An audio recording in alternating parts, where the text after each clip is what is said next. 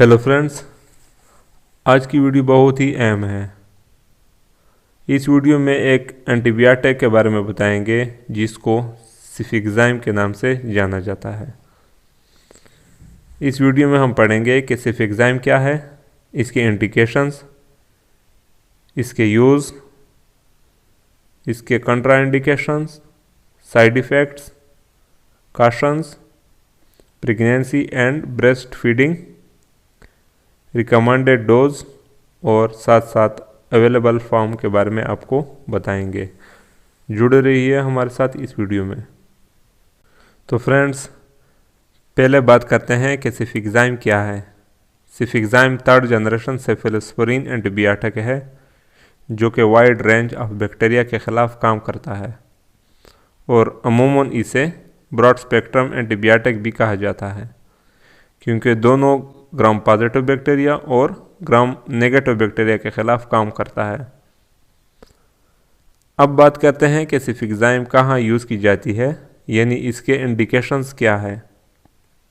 सिफिक्ज़ाइम uncomplicated urinary tract infection, otitis media, pharyngitis, tonsillitis, bronchitis, uncomplicated gonorrhoea, pneumonia और typhoid में use की जाती है। अब आते हैं सिफिक्ज़ाइम की यूज़ की तरफ कि सिफिक्ज़ाइम कैसे यूज़ करना चाहिए। सिफिक्ज़ाइम को अगर ओरली लेना हो तो खाने से पहले या खाने के साथ लेना चाहिए या अपने डॉक्टर के मशवरे के मुताबिक इस्तेमाल करें। और अगर आप या अपने बच्चे के लिए सिफिक्ज़ाइम सस्पेंशन फॉर्म इस्तेमाल कर रहे हैं तो एक बात का ध्यान रखें कि सिफिक्ज़ाइम सस्पेंशन तैयार करने के बाद 1 हफ्ते के अंदर अंदर इस्तेमाल करना चाहिए। सस्पेंशन तैयारी के 7 दिन गुजरने के बाद बकाया सस्पेंशन ज़ाया करें और साथ साथ इस बात का ध्यान भी रखें कि सिफिक्ज़ाइम समेत पूरे सेफलोस्पोरिन ग्रुप के जितने भी एंटीबायोटिक्स हैं इसे 7 दिन तक ज़रूर इस्तेमाल करें वरना इलाज बेअसर रहेगा। अब बात करते हैं कि किसको सिफिक्ज़ाइम नहीं लेना चाहिए, यानी इसके कंट्राइंडिकेशंस क्या हैं। अगर आपको सिफिक्ज़ाइम से हाइपर सेंसिटिविटी है तो सिफिक्ज़ाइम नहीं लेना चाहिए, और अगर आपको क्रोनिक किडनी डिजीज़ है या किडनी फेलियर है तो भी सिफिक्ज़ाइम नहीं लेना चाहिए। अगर आपको क्लोस्ट्रीडियम बैक्टीरिया की वजह से डायरिया है तो भी सिफिक्ज़ाइम नहीं लेना चाहिए। इसके बाद आते हैं सिफिक्ज़ाइम की साइड इफ़ेक्ट्स की तरफ। अगर आपको सिफिक्ज़ाइम के इस्तेमाल के बाद diarrhoea, stomach pain, heartburn, nausea, vomiting हो तो अपने मालिक से एडवाइस लें। इसके अलावा सिफिक्ज़ाइम के कुछ सीरियस साइड इफ़ेक्ट्स मुमकिन हैं जिसे फ़ौरन इमरजेंसी ट्रीटमेंट की ज़रूरत होती है। वो है डिफ़िकल्टी इन ब्रीथिंग और swelling, hives, rash, itching, watery और ब्लडी स्टूल्स,